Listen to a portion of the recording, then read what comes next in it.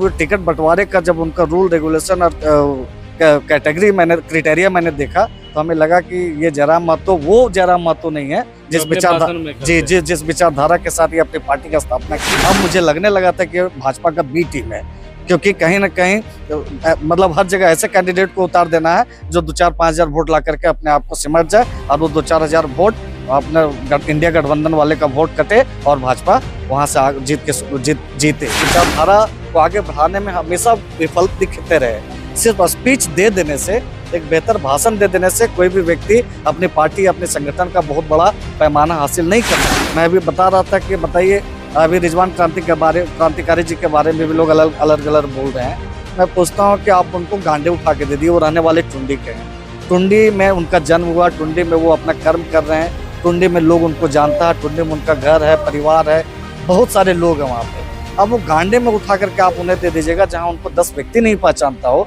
तो वो व्यक्ति क्या चुनाव निकालता है। बिहार कोडरमा में भी अब जयराम महतो को एक तगड़ा झटका लगा है। कोडरमा के जो उनके नेता थे संतोष यादव आज आरजेडी ज्वाइन कर लिया है। चलिए उन्हीं से बात करते हैं और जानते हैं आखिर क्या वजह रही है। अब लगातार JLK जयराम महतो की पार्टी अब धीरे धीरे मतलब उसका ग्राफ गिरते जा रहा है। लोकसभा चुनाव में काफी ऊपर चल रहा था। चर्चा ये भी थी कि आप भी कोडरमा से चुनाव लड़ने के लिए तैयारी कर रहे हैं, आखिर वजह क्या रही यार, क्यों छोड़ा पार्टी? सबसे पहले तो आपके चैनल के माध्यम से सभी को जोहार। और क्या वजह रहा है, हमको लगता है कि ये बेहतर होगा कि आप उनसे पूछें, क्योंकि बहुत बेहतर तरीके से और बेहतर सोच के साथ कहीं ना कहीं उनकी विचारधारा, जिस समय हम शुरुआत में जुड़े थे उनसे, तो उनकी विचारधारा से हमें लगा कि कहीं ना कहीं वो वाकई झारखंडियत की बात करते हैं, झारखंड हित की बात करते हैं। लेकिन जब लगातार उनसे करीबी बना, लगातार उनके सोच के अंदर जाते चले गए, तो हमें लगा कि कहीं ना कहीं ये व्यक्ति जितना बेहतर अग्रेसिव वे में प्रकट करते हैं अपने भाषण के माध्यम से या अपने स्पीच के माध्यम से, वो कहीं ना कहीं धरातल पर उतारने में विफल होते चले जा रहे थे। ये बात बिल्कुल सच है कि हम JLK सिर्फ इसलिए ज्वाइन किए थे क्योंकि उनकी विचारधारा के साथ जुड़कर कोडरमा की धरती पर कम से कम एक बेहतर और एक नया सोच के साथ एक नए राजनीतिक दल को यहाँ पे जगह मिले, इसलिए हम उनके साथ जुड़े थे।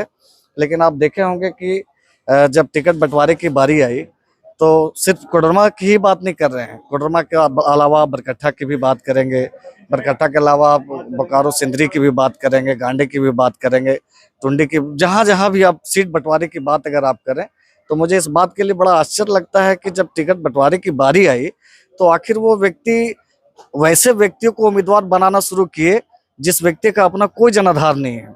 अब जैसे मान लीजिए कोडरमा में उतार दिए मनोज यादव को, आपको जानकर के और ये जानकारी होनी चाहिए कि उनका नॉमिनेशन रद्द हुआ और किस कारण रद्द हुआ। तो उनका नॉमिनेशन रद्द होने का एकमात्र कारण था क्योंकि वो प्रस्तावक नहीं खोज पाए। तो आपको इस बात का अनुभव होनी चाहिए। नो डाउट आप एक अच्छे वक्ता हैं और आपका वक्तव्य से झारखंड के लोग आपसे जुड़ने की कोशिश किया और जुड़ा भी लोग। लेकिन जब आप अपनी सोच और अपने विचारधारा को धरातल पर उतारने में विफल रहेंगे तो कहीं ना कहीं पार्टी कमजोर होगी। तो अब बताइए, ऐसे व्यक्ति को आप उठा करके दे देते हैं जिसका 10 को समर्थक प्रस्तावक भी ना मिल सके, वो व्यक्ति क्या चुनाव निकालेगा? अच्छा, चर्चा थी कि टिकट बंटवारे में पैसे का खेल हुआ है, इसीलिए इस तरह का किया जा रहा है। नहीं, पैसे की बात तो हम नहीं कह सकते हैं। अब ये उनका अंदरूनी सोच है, अंदरूनी मामला है कि आखिर क्यों और किस लिए वो इस प्रकार से टिकट का बंटवारा किए।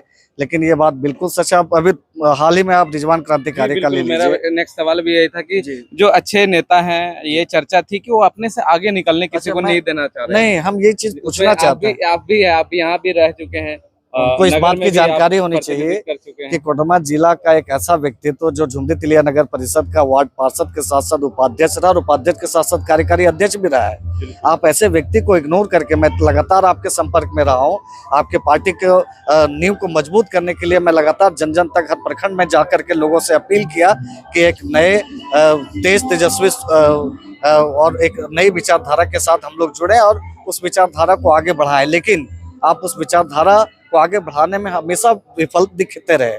सिर्फ स्पीच दे देने से, एक बेहतर भाषण दे देने से कोई भी व्यक्ति अपनी पार्टी अपने संगठन का बहुत बड़ा पैमाना हासिल नहीं कर सकता है। मैं अभी बता रहा था कि बताइए अभी रिजवान क्रांतिकारी जी के बारे में भी लोग अलग बोल रहे हैं। मैं पूछता हूँ कि आप उनको गांडे उठा के दे दिए, वो रहने वाले टुंडी के हैं। टुंडी में उनका जन्म हुआ, टुंडी में वो अपना कर्म कर रहे हैं, टुंडी में लोग उनको जानता है, टुंडी में उनका घर है, परिवार है, बहुत सारे लोग हैं वहाँ पे। अब वो गांडे में उठा करके आप उन्हें दे दीजिएगा, जहाँ उनको 10 व्यक्ति नहीं पहचानता हो, तो वो व्यक्ति क्या चुनाव निकाल पाएगा। आप आ जाइए बरकट्ठा की भी अगर मैं बात करूं तो आपको यकीन होगा कि बरकट्ठा में भी जिस प्रकार मैं कोडरमा की कमान संभाल रहा था, उस तरह बरकट्ठा में भी रविशंकर यादव जी जान लगातार मेहनत कर रहे थे। आप उसको ना देख करके एक ऐसे व्यक्ति को टिकट दे देते हैं जो बरकट्ठा की धरती के 10 लोग भी उनको नहीं पहचानता, हजारीबाग में रहता है वो व्यक्ति, आप उसे उठा करके यहाँ पटक देते हैं। तो जितना भी टिकट का बंटवारा उनके माध्यम से हुआ, बाकायदा ये प्रूव किया। आज मैं राष्ट्रीय जनता दल में सिर्फ इसलिए आया क्योंकि मैं भाजपा के खिलाफ हूँ, मैं भाजपा के नीति सिद्धांत से मैं विरोध करता हूँ। आरजेडी के विधायक, जिला अध्यक्ष, तमाम लोगों ने आपको फिर से घर वापसी कराई, पहले भी राजद में थे। कितना समीकरण बदलेगा कोडरमा विधानसभा में? बताया जा रहा है त्रिकोणीय मुकाबला है। देखिए, कोई त्रिकोणीय मुकाबला नहीं है। जैसा कि हम अभी अपने वक्तव्य में, अपने संबोधन में भी मैंने बताया कि 2019 में आरजेडी महज 1600 वोट से हारा है यहाँ पे। तो वो 1600 वोट बहुत बड़ा मार्जिन वोट नहीं होता है, मतलब उसे हम जीता हुआ कह सकते हैं। हमें लगता है कि उस समय षड्यंत्र और साजिश के तहत आरजेडी को हराया गया था। ठीक है, इस बार पूरा कोडरमा की जनता, राष्ट्रीय जनता दल के जितने भी कार्यकर्ता हैं, पूरी तरह से सजग हैं और उनकी सजगता का पहचान, उनकी सजगता का परिणाम ही राष्ट्रीय जनता दल को इस बार पुनः जीत दिलाएगा। क्या लग रहा है जयराम महतो जी जैसे जैसे टिकट का बंटवारा कर रहे हैं और धीरे धीरे कमजोर होते जा रहे हैं क्या? तो ये चीज उनको सोचने की आवश्यकता है। मैं उनके पास भी गया, मैंने उनको इस बात के लिए इस बात के लिए आग्रह भी किया मैं कि आप थोड़ा सा इन सब चीजों पर आप थोड़ा गौर करें, गहन मंथन करें। ठीक है, अब जब टिकट बंटवारे का जब उनका रूल रेगुलेशन और कैटेगरी क्राइटेरिया मैंने देखा, तो हमें लगा कि ये जयराम महतो वो जयराम महतो नहीं है जिस विचारधारा के साथ ये अपनी पार्टी का स्थापना किए। अब मुझे लगने लगा था कि भाजपा का बी टीम है, क्योंकि कहीं ना कहीं मतलब हर जगह ऐसे कैंडिडेट को उतार देना है जो 2-4-5 हजार वोट ला करके अपने आप को सिमट जाए और वो 2-4 हजार वोट अपने इंडिया गठबंधन वाले का वोट कटे और भाजपा वहां से जीते। ये भाजपा का बी टीम का एहसास करवाया उन्होंने, जयराम महतो ने।